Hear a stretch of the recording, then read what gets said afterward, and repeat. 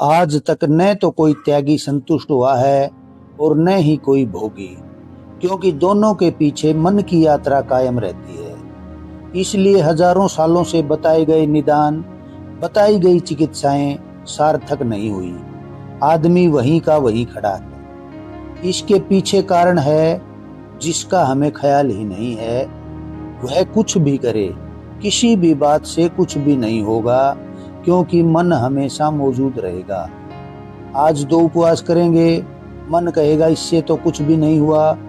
फिर कल 3 करेंगे, 3 से कुछ नहीं होगा। फिर 7 करेंगे, फिर 15 करेंगे, फिर 21, पर होगा कुछ भी नहीं। यह भी वही दौड़ है। 1 लाख रुपए हैं तो 2 चाहिए, 2 हैं तो 5 चाहिए, और 5 हैं तो 50 चाहिए। मन कहता ही चला जाता है कि और हो। दौड़ वही है, चाहे उपवास करो, चाहे रुपए इकट्ठा करो, मन वही है। उस मन में कोई फर्क नहीं पड़ा। एक आदमी एक भवन बनाता चला जाए, 1 मंजिल बनाता है, मन कहता है इससे कुछ भी नहीं हुआ। दूसरी मंजिल बनाओ, तीसरी मंजिल बनाओ, बनाते चले जाओ, आकाश छू लो, तब भी मन कहेगा कि कुछ भी नहीं हुआ। एक आदमी धन इकट्ठा करना शुरू करता है तो मन कहता है और चाहिए, और चाहिए, तब कुछ होगा।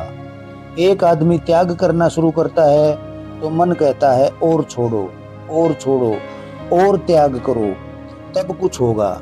लेकिन और की भाषा कायम ही रहती है। इस और की भाषा का नाम ही मन है।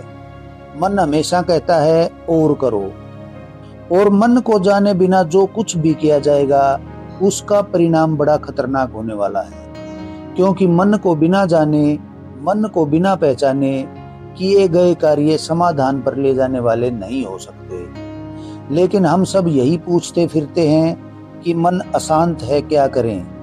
तो कोई कहता है माला जपो, और अशांत आदमी अगर माला जपेगा तो आदमी तो अशांत ही रहेगा। और अशांत आदमी की माला जपने का कोई मूल्य नहीं होता है।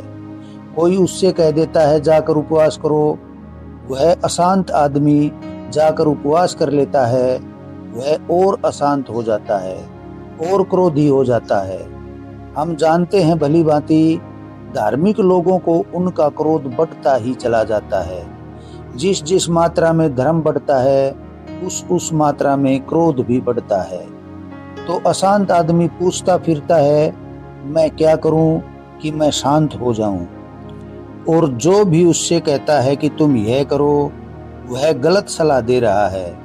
क्योंकि अशांत आदमी जो भी करेगा उसे करने से अशांति और बढ़ जाने वाली है। अशांत आदमी के मन को शांत करने का उपाय ही नहीं है। मन को जानने का सवाल है। शांत करना और जानना, ये दोनों बड़ी अलग अलग बातें हैं। अशांत मन क्यों है, इस तथ्य की पूरी जानकारी होना जरूरी है। इसके भीतर प्रवेश होना जरूरी है। इसका पूरा का पूरा ज्ञान होना जरूरी है।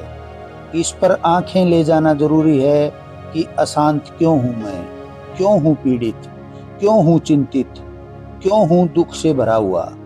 और मन को जानने के लिए भीतर की तरफ एक यात्रा जरूरी है। लेकिन कभी अगर आप भीतर की यात्रा की तरफ उत्सुक भी होते हैं तो आत्मा को जानने के लिए उत्सुक होते हैं, जो बिल्कुल गलत बात है। क्योंकि मन को जाने बिना कोई कभी आत्मा को नहीं जान सकता है। विचार कीजिएगा।